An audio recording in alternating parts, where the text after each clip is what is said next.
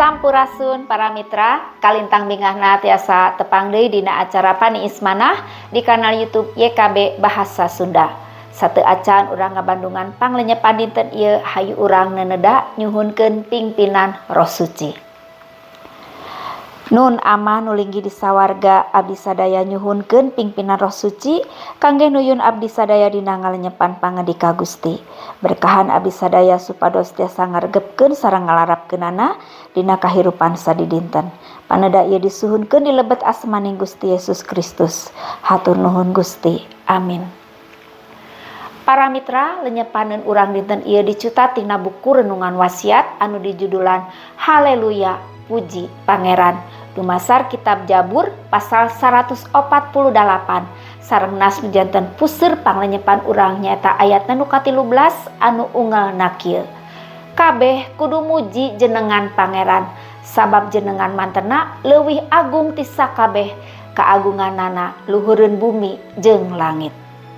Para mitra, sasarengan kitab Jabur pasal 8, pasal 18, pasal 65 katut pasal 104, Jabur pasal 148 digolongkeun minangka Jabur penciptaan margi ngunggelkeun perkawis karya padamelan atanapi penciptaan Allah sareng rupi-rupi ciptaanana di jagat raya.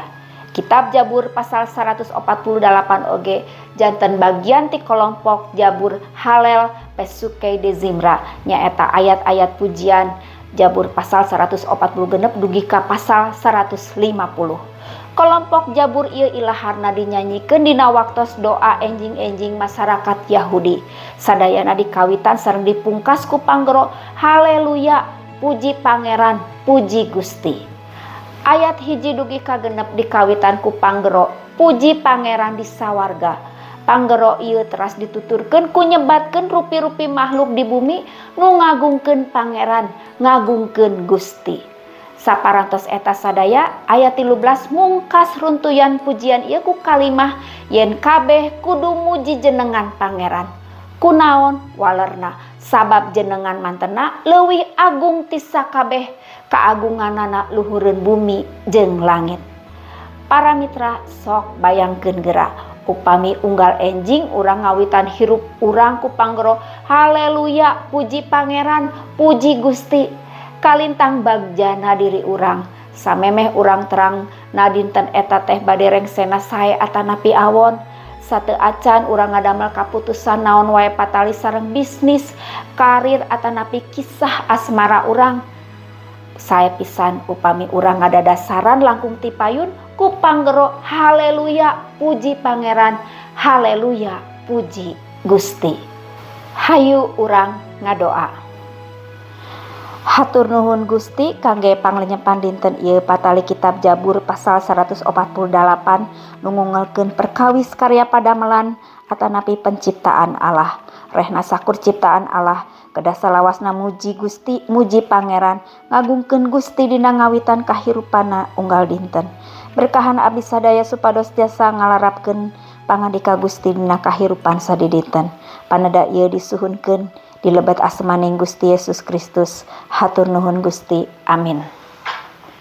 Para mitra, rupina sakitu anu kapihatur panglenyepan dinten ieu pamugi tiasa janten berkah kangge urang sadayana. Ulah hilap subscribe, like sareng bagikeun kanu sanes. Margi ku hal kitu para mitra tos ulu biung dina ngamasurkeun Injil kasalametan sasarengan YKB. Gusti Yesus ngaberkahan. Cag heula.